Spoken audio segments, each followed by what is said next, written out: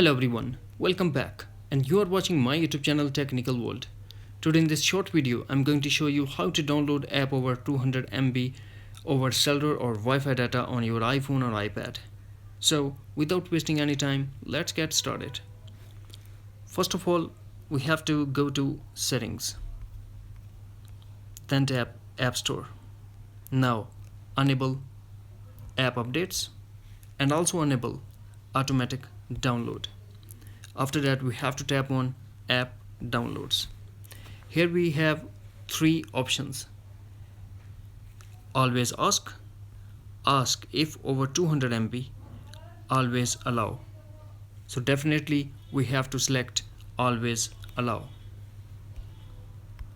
Now go back to iPhone home screen and you will download any app over 200 MB without any restrictions.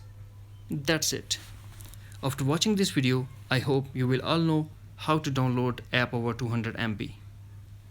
Thanks for watching. Take care. Bye bye.